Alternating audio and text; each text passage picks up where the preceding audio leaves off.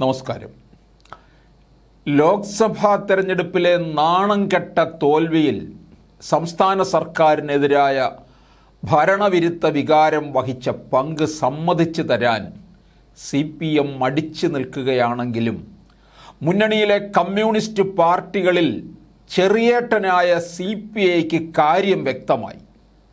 തെരഞ്ഞെടുപ്പ് തോൽവിയുടെ മുഖ്യ കാരണം ഭരണവിരുദ്ധ വികാരമാണെന്നാണ് ഫലം അവലോകനം ചെയ്യാൻ ചേർന്ന CPI സംസ്ഥാന എക്സിക്യൂട്ടീവിൻ്റെ വിലയിരുത്തൽ.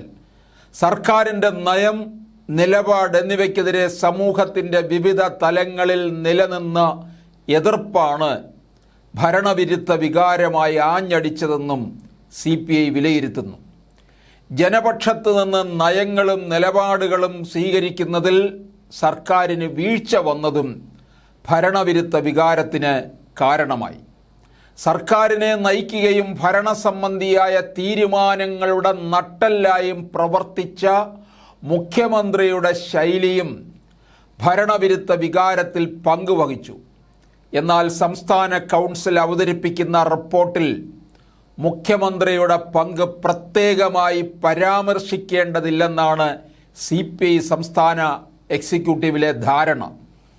സർക്കാരിൻ്റെ നയങ്ങളും നിലപാടുകളുമാണ് ഭരണവിരുദ്ധ വികാരത്തിന് ഹേതുവായതെന്ന പരാമർശത്തിൽ തന്നെ അതിൽ മുഖ്യമന്ത്രിക്കുള്ള പങ്ക് അന്തർലീനമാണ്.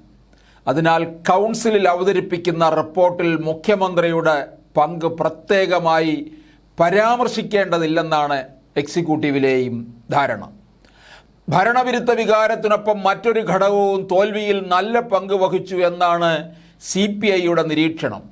കേരളത്തിൽ ഇതിനു മുൻപ് ഒരിക്കലും ഉണ്ടായിട്ടില്ലാത്ത വിധത്തിലുള്ള സാമുദായിക ചേരിതിരിവാണ് കണ്ടെത്തിയ കാരണം. സാമുദായിക ചേരിതിരിവ് വളരെ ശക്തമായതിനാലാണ് BJPയുടെ വോട്ട് വിഹിതം കുത്തനെ ഉയരാൻ കാരണമെന്നും CPI വിലയിരുത്തുന്നു.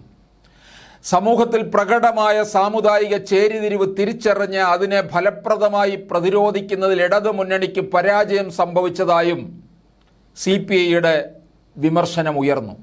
ഭരണവിരുദ്ധ വികാരം പ്രതീക്ഷിച്ചതാണെങ്കിലും ഇത്രയും ഭീമമായ തോതിലുള്ള സാമുദായിക ചേരിതിരിവ് തീർത്തും അപ്രതീക്ഷിതമായിരുന്നു എന്നാണ് CPIയിൽ ഉയരുന്ന അഭിപ്രായം. CPMൻ്റെ ചുവട് പിടിച്ച് സംസ്ഥാന സർക്കാരിൻ്റെ പ്രവർത്തനം അവലോകനം ചെയ്യാൻ CPIയും തീരുമാനിച്ചിരിക്കുകയാണ്.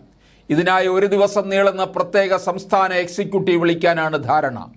ഈ മാസം ആരംഭിക്കുന്ന ദേശീയ കൗൺസിൽ യോഗത്തിന് ശേഷമാകും സർക്കാരിനെ അവലോകനം ചെയ്യാനായി പ്രത്യേക എക്സിക്യൂട്ടീവ് ചേരുക.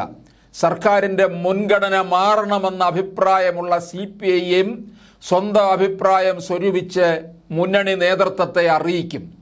കണ്ണൂരിലെ CPM ബന്ധമുള്ള സ്വർണ്ണക്കടത്ത് കൊട്ടേഷൻ സംഘങ്ങൾക്ക് SFIയുടെ തെറ്റായ പ്രവർത്തന രീതികൾക്കുമെതിരെ ശരിയായ വിമർശനം ഉന്നയിച്ച സംസ്ഥാന സെക്രട്ടറി ബിനോയ് വിശ്വത്തിൻ്റെ സംസ്ഥാന എക്സിക്യൂട്ടീവ് പൂർണ്ണ പിന്തുണ പ്രഖ്യാപിച്ചിരിക്കുകയാണ്. ഈ വിമർശനം നേരത്തെ പറയേണ്ടതായിരുന്നുവെന്നാണ് എക്സിക്യൂട്ടീവ് അംഗങ്ങൾ അഭിപ്രായപ്പെടുന്നത്. ശരിയായ വിമർശനം ശരിയായ തോതിൽ ഉന്നയിച്ചെന്ന് കരുതി ഇടതൈക്യം ക്ഷയിച്ചു പോകില്ല എന്നും പറയുന്നുണ്ട്.